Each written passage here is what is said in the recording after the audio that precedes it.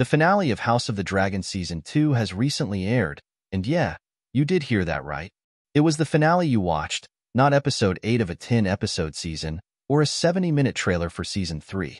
What we spent our time watching was the last House of the Dragon focus thing that we'll see for at least 2 years. Underwhelming, right? Don't get me wrong. There were some moments in the finale that were good and enjoyable to watch. However, when looking at this season as a whole, I'm starting to question if we should have seen it coming.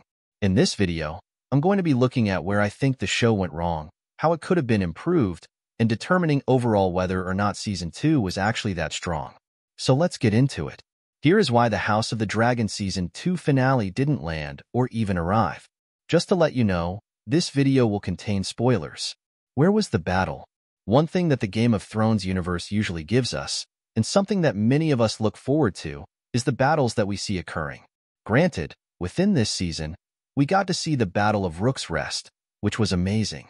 There's a reason why that episode is the highest rated one that the show has ever produced. However, my biggest fear when that episode aired, which I said in the video at the time, was that I hoped the season didn't peak there, and sadly, it did.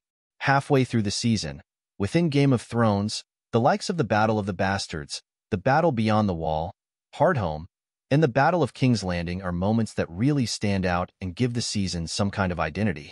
They build towards a place where all of the political building and conflict eventually erupt. Within this season of the show, it didn't really have that. Rook's Rest was good, but it wasn't a battle with extremely large consequences for the greater good.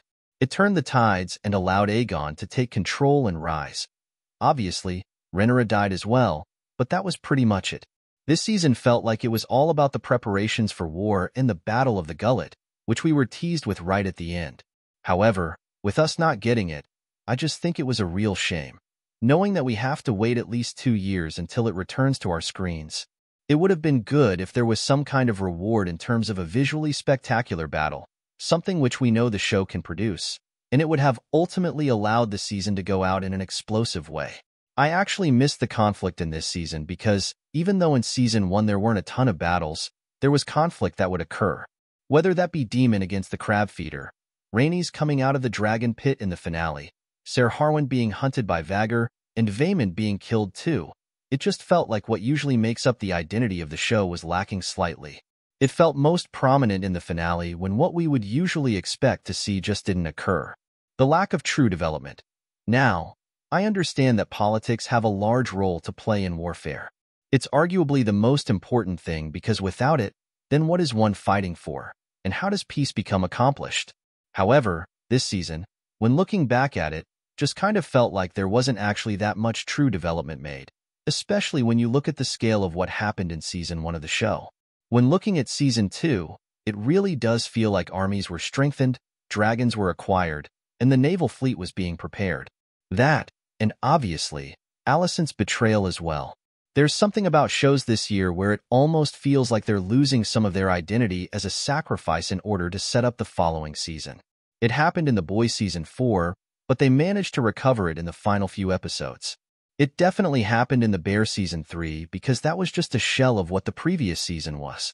In this show as well, it's like they just wanted to leave it on a cliffhanger because they almost didn't want to give it away and lose a reason for us to come back, which wouldn't have been the case anyway. So, the politics on both sides did have some kind of development, but in terms of the wider story and accomplishments of characters, I don't think it actually felt like 8 episodes worth of change and growth. The world felt really small. We haven't explored Westeros to the extent that we did in Game of Thrones, and I'm okay with that. But what I'm not really okay with was just how small the world felt in this season of the show. Again, that never really felt like it was the case in Season 1. For example, Dragonstone and King's Landing didn't feel that far away at all. Harrenhal didn't feel that far away either as Rhaenys flew there instantly, and it looked like she was there within a matter of minutes. It felt like we were constantly at the shipyard where Daemon was mending the ship and preparing for battle. It was always similar shots inside the castle or inside King's Landing. All of the backdrops just kind of felt the same, and like the world was never truly getting explored or expanding.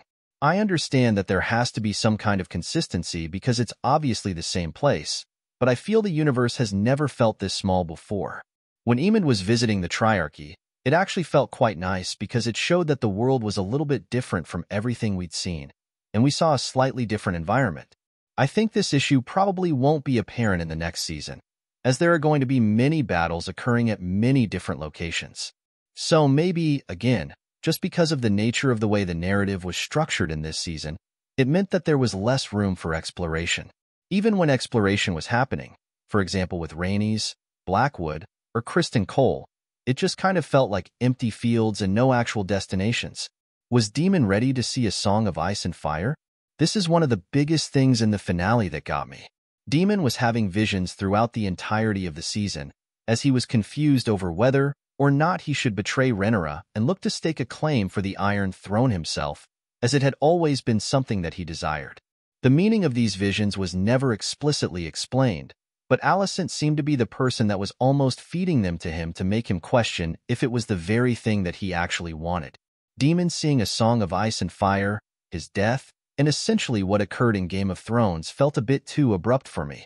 I don't know what truly warranted him being ready to see what was happening because, literally only moments earlier, he was still on the cusp of betraying Rhaenyra. It almost felt like he could have been shown that towards the start, and we could have cut all of the Demon vision scenes because, for the most part, Demon's temper was getting shorter, and he was seeking power even more. I did find that being shown to him just a little bit random at that specific point, especially with the profound impact that it had. I think his mind should have been in a more conflicted state, so his mind would have been swayed even more.